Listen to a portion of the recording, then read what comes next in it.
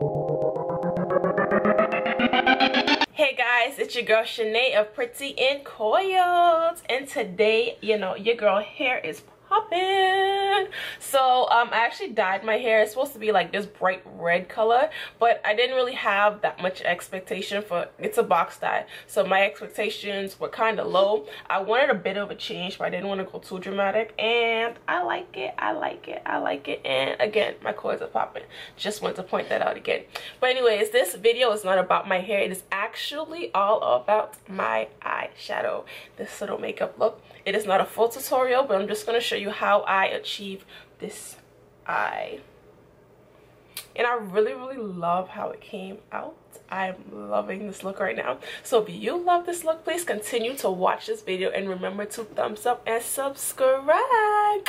Also, check out prettyincoils.com. I have a lot of great posts on there. You guys should read and share, and thank you so much for watching.